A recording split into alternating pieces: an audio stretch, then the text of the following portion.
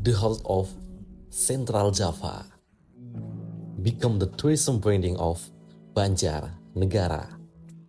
Letak geografis yang berada di tengah Pulau Jawa, diiringi keindahan alam dataran tinggi yang mempesona, menjadi daya tarik istimewa, sehingga dijuluki sebagai jantung wisata Jawa Tengah. Dataran tinggi Dieng menjadi magnet kuat pariwisata di Kabupaten Banjarnegara. Angka kunjungan wisatawan yang sangat fantastis menjadi perhatian penting untuk tetap menjaga keindahan dan kebersihan alamnya. Sampah menjadi hal yang sangat riskan dan perlu perhatian semua kalangan. Mengacu pada aspek sabta pesona dan sesuai dengan salah satu tugas pokok serta fungsi duta wisata, yaitu sebagai inisiator, saya hadir menginisiasi gerakan baru untuk lebih peduli tentang sampah, mempermudah wisatawan dan tour guide dalam proses pembuangan sampah agar informasi yang disampaikan lebih efektif dan nyaman bagi para wisatawan.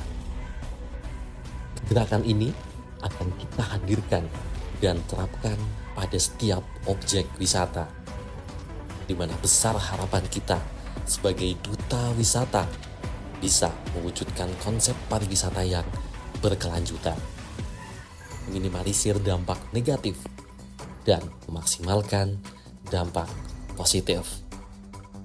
Kolaborasi diiringi sinergitas yang erat dengan membuka ruang diskusi bersama para pelaku wisata serta saka pariwisata di Kabupaten Banjarnegara menjadi satu langkah penting untuk mensosialisasikan serta memberikan arahan demi suksesnya gerakan ini. Keranjang bambu asli kerajinan Banjarnegara jadi salah satu properti yang akan diterapkan ke depannya. Hashtag 1 hari tanpa plastik menjadi tagline yang akan digaungkan di dalam proyek, sehingga para wisatawan maupun lapisan masyarakat semakin bijak dalam menggunakan plastik, khususnya di objek wisata. Alam yang membentang sangat luas dan indah menjadi aset sumber daya alam yang perlu kita jaga dan lestarikan bersama, tanpa mengurangi dan membatasi eksplor para wisatawan yang ingin datang dan mengunjunginya.